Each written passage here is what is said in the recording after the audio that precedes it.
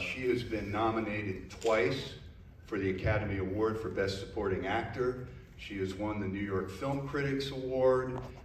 She is one of the great actresses, I think, of our time, and plus the fact she's an old friend because we made a long plane flight about 12 years ago to Robert Osborne's Classic Film Festival, and we've been in touch ever since. So please, again, welcome the one and only Talia Shire.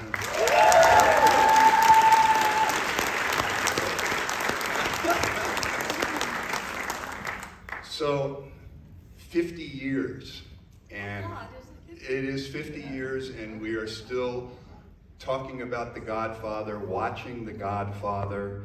How did you get involved in it, and did you have any idea, which I'm sure the answer is no, but did you have any idea that it became really the cultural phenomenon? I mean, there's films, and then there's great movies, and but then there's this category of movies like Citizen Kane, and maybe Casablanca, and other movies. This movie became a cultural phenomenon that is still going strong.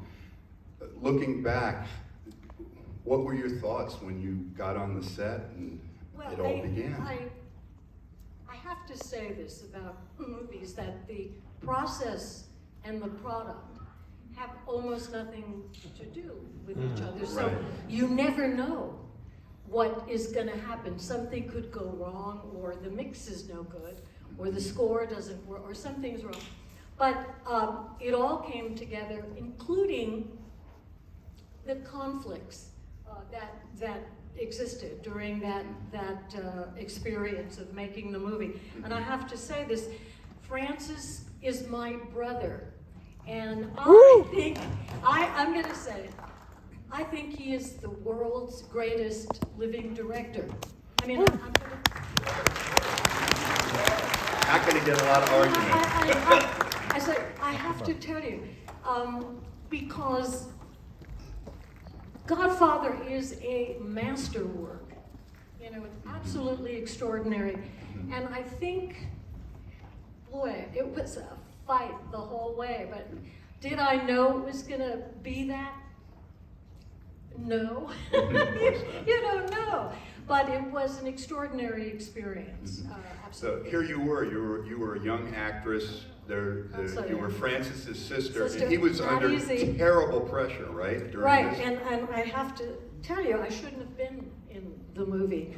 I did an audition under the name Shire. I just wanted an audition, because even though I'm a theater major, I went to drama school, but I didn't know about movies yet. You know, they didn't teach you that. But Robert Evans picked me. And he was actually, he was an extraordinary man, and ran Paramount was extraordinary. Right. But I shouldn't have been in the movie, because I was just, you know, it was dangerous for my brother. He wasn't sure if he was gonna get fired. Finally, after 2 weeks, there was enough film in the can, and it looked terrific, so he kept his job. But it was very scary for a while. And what was it like? You're on a set with actors that you grew up watching. Richard Connie, Sterling Hayden, and then, of course, arguably the greatest movie actor of the 20th century, Marlon Brando. Was it like walking on eggshells? It must have been. For all of us in the movie, for all the actors, to work with Marlon Brando was a great lesson. And we all watched, he had Marlon Brando, and we forget this, but when he came to work every day on The Godfather, he was only 46 years old, and he was so handsome. And then they did all the things, so it was a kind of shocking shift to see, but there he was very generous, but he had these interesting techniques, and Stella Adler was his teacher, and active listening is something an actor needs to do, and Marlon Brando would put earwax in his ears, right, so he could really listen. And then we all tried it, and we ruined everything. he was very kind. These were great actors, and we just lost Jimmy Caan.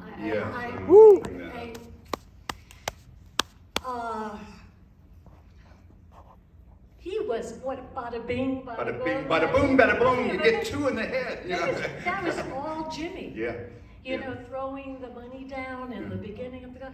He was just a great talent, and so I'm so sorry we just lost him. He was also Wonderful. really funny. I had a conversation with him, God. and you know what we talked about? No. Don Rickles, of all things. He loved Don Rickles. He loved laughing, and he told me this story about the funniest thing Rickles ever said, and it was Rickles was doing his thing at the Sahara, and Eddie Fisher walked by. And they said, "Oh, there's Eddie Fisher, put a spotlight on him," and he waves and everyone's sitting there. And so he goes on and Rickles says, "Eddie Fisher and Elizabeth Taylor, isn't that a little like flagging down the super chief with a Zippo?" Terrible. Jimmy told you that story? Yeah, Jimmy told that story, yeah. Okay. But now when you filmed, were you mostly on location in New York City or just out here in the studio? Did you travel? Here too. We were in New York, Mm-hmm. New York City, Yeah. so it was a New York crew. Mm-hmm. And I have to mention, it's very important. I know all of you love movies, Mm-hmm. right? Because you're. That's why you're here. That's right. And you love film. You love it on film, right? See? Yeah.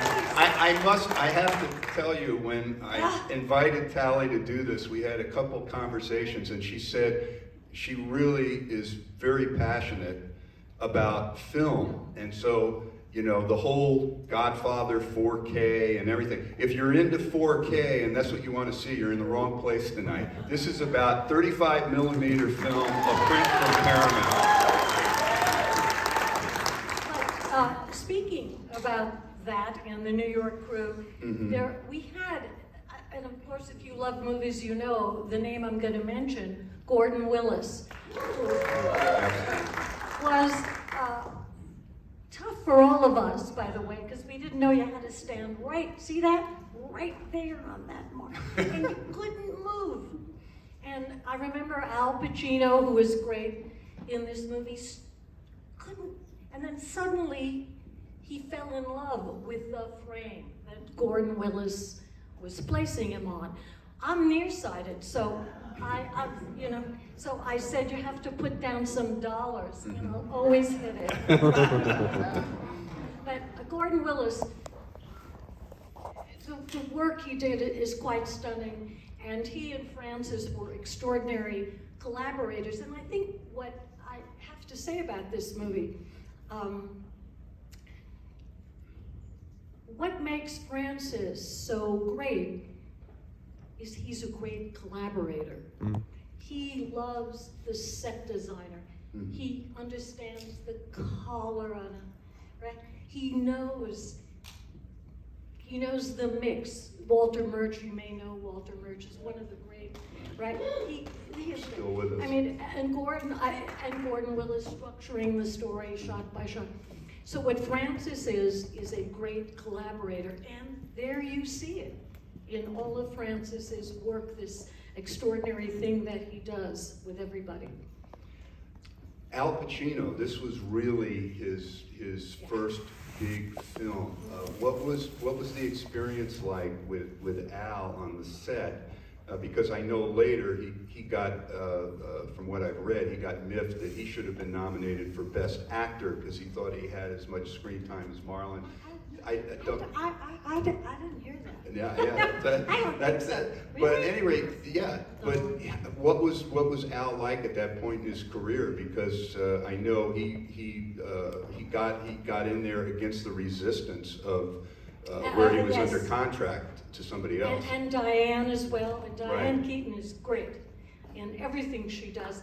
But she's lovely in this, and unique in this as Kay. I think it's a different way of knowing her. But I have to bring up one thing that actors deal with. There's a moment, Al was very scared and insecure, but there is a moment in the movie, you all know the movie. Do you know when he kills the guy, the gun is in the bathroom? Right. And he leaves and he does this with his hair. That was a moment where you felt Al Pacino was transformed and you felt Getting comfortable. very much that he was now the Godfather. And you could feel it in that performance. And he was suddenly very comfortable with acting in the landscape that Gordon Willis was very carefully creating. I remember you told me the one scene where you have your fight with Carlo and the dishes are being broken, and that really, it looked like a very spontaneous, emotional, as it was supposed to, but that was really choreographed where you had to hit every mark perfectly. That was tough for you? Would be tough for anybody. I mean, yes, and I have to say this because Johnny Russo, who played Carlo, I found this out, hated violence towards women. So he was incredibly uncomfortable doing the scene. Yeah. Right. I recall Gordon Willis was in the center, the camera was going, and the plates were very heavy.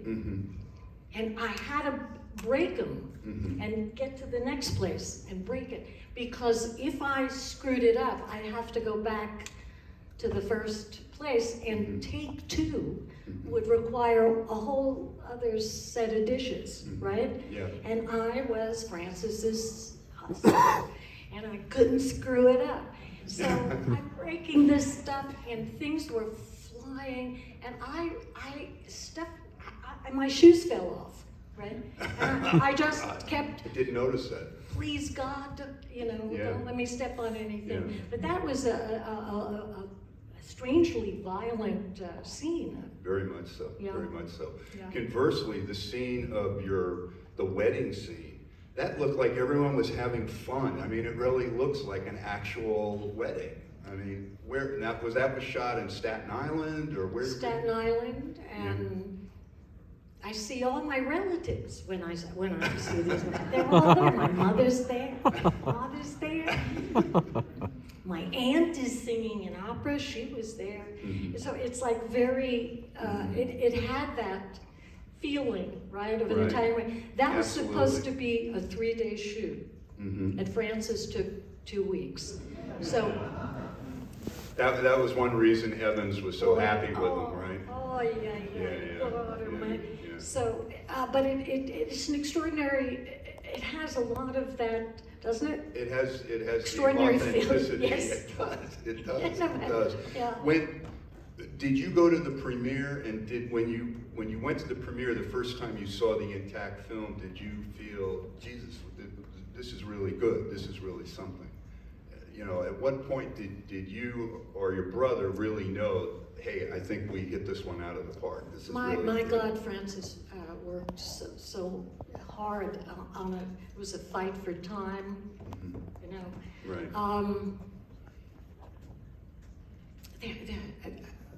There's something I feel about Francis's work that has a soul and a vibrancy and a great beauty, and it's artful. I remember that premiere. It was stunning. It just was, it's still, right? It's still an amazing work of art. Yeah. And even, I remember when I saw the film, I was a senior in high school, went into New York to Times Square, sat in a balcony of this theater, and all you had to do was just breathe the air, you could get a contact high, and watched this, and when the line came, I made him an offer he couldn't refuse. When that came out, the whole audience applauded. Really? Yeah, everyone applauded. It was so great. And I think The Godfather really has been elevated to that rarefied air where certain lines, leave the gun, take the cannoli, all of that stuff has become so much a part of our culture. How did The Godfather changed Talia Shire's life as we're sitting here 50 years later? I- What did it do for you, or didn't do for you? First of all, it was wonderful because I learned about filmmaking for an actor. I learned about that landscape. You know, again, I was a drama major. They never taught me, don't move your head on a close-up, you know, because it's like a mountain, like this. And on this kind of shot, remember in the old days, there'd be smoke, some smoke. I tried that, but I lit my hair on fire. And then on the other shot, so I started, for me, what it did was it educated me. How to be a film actress? Yes, and what that was. I have to be honest, I think Rocky was really important for me because that was another kind of folk tale in a way. Absolutely. Because I needed, honestly, I needed that so that I wasn't You weren't Francis's sister. I wasn't Francis's sister, It right. was yours. It was yours. But I will say, you gotta know this, I believe Francis is the greatest living filmmaker, period. And he's getting ready to make another movie. And boy, I'm in it.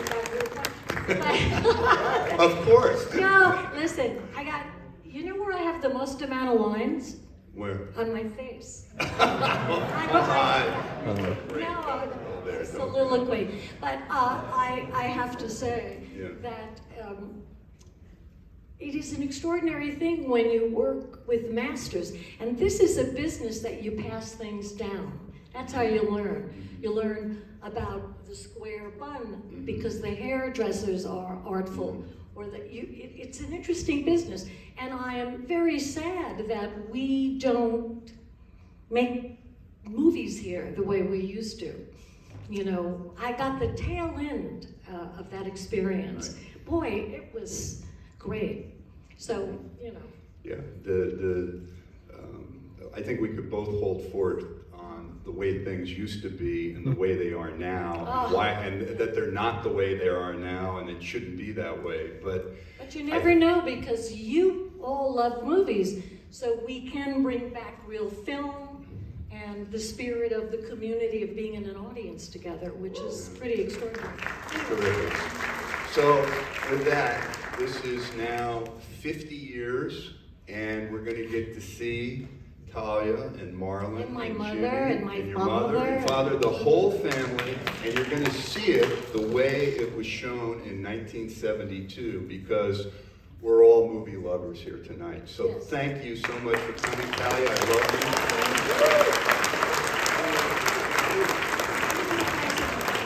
Enjoy The Godfather, and thank you for coming.